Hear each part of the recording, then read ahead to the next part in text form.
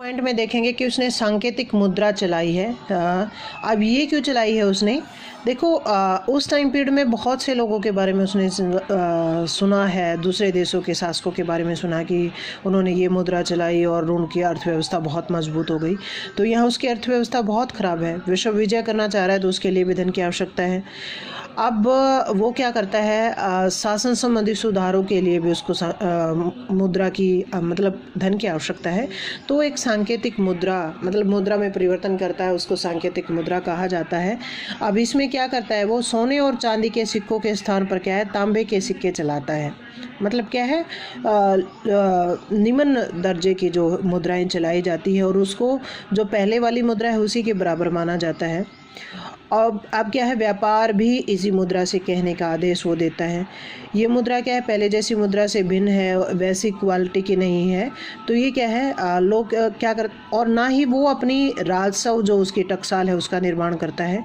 तो लोग क्या है, अपने घरों में ही नकली सिक्के बनाने लग जाते हैं। अब जब ये उसको अनुभव होता है कि ये मुद्रा नहीं चल पाएगी, तो फिर से क्या है, वो सोने और चांदी के सिक्कों को पहले वाली जो मुद्रा व्यवस्था थी उसको लागू कर देता है।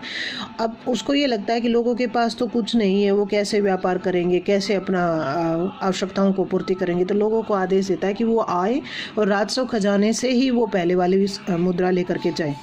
अब लोगों को तो लाभ मिल गया। अब वो क्या करता है, यहाँ से लेकर के जाते हैं और अपने घरों में जमा कर लेते हैं। तो बर्नी ने इसके बारे में एक परिभाषा दी है कि प्रत्येक हिंदू का घर क्या है, टकसाल बन जाता है। वो अपना वहाँ पर ही अपनी मुद्राएं बनाने लग जाते हैं और फिर सोने चांदी के सिक्के भी इकट्ठा कर लेते हैं।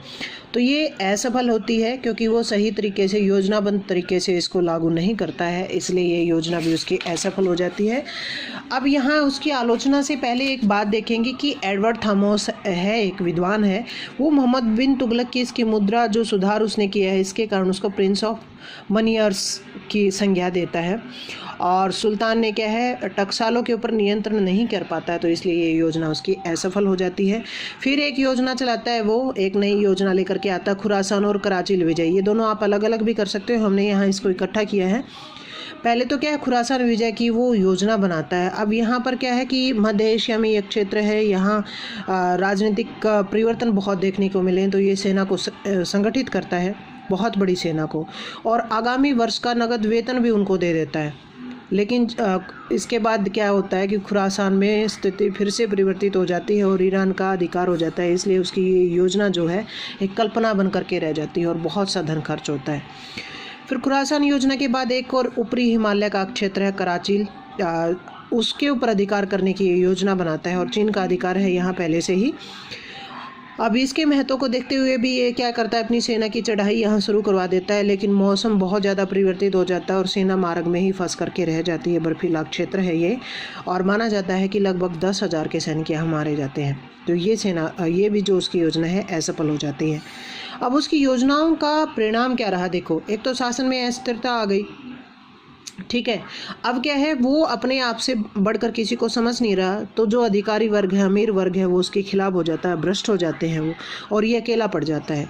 जनता में दुखों की वृद्धि होती है। एक तो राजधानी परिवर्तन कर रहा है, दोआब में कर वृद्धि कर रहा है, तो जनता बहुत दुखी हो जाती है। आर्थिक हानि तो हम देख ही चुके हैं कि कितनी होती है।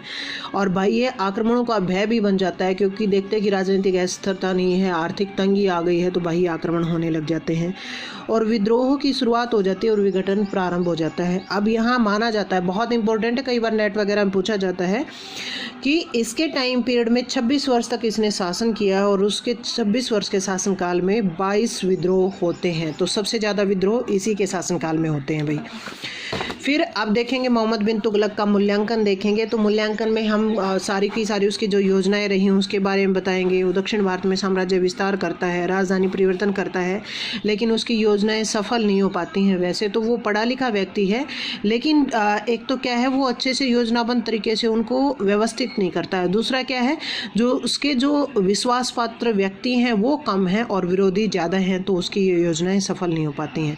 तो हमारा ये मोहम्मद बिन तुगलक का कंप्लीट हो गया है भाई। भाई आपका एक क्वेश्चन हमने छोटे छोटे करके उसको आपको बताने का प्रयास किया है। तो आपके ये क्वेश्चन तैयार हो गए हैं। अभी तक हम माने तो दिल्ली सल्तनत के आपके स्रोत हैं, आपका बलबन का है, आपका अलाउद्दीन खिलजी का है, आपका मोहम्मद बिन तुगलक का है। तो हम 4 इंपॉर्टेंट क्वेश्चन अभी तक आपको करवा चुके हैं। तो ये अपने धीरे धीरे करके कर लेना भाई याद। ओके।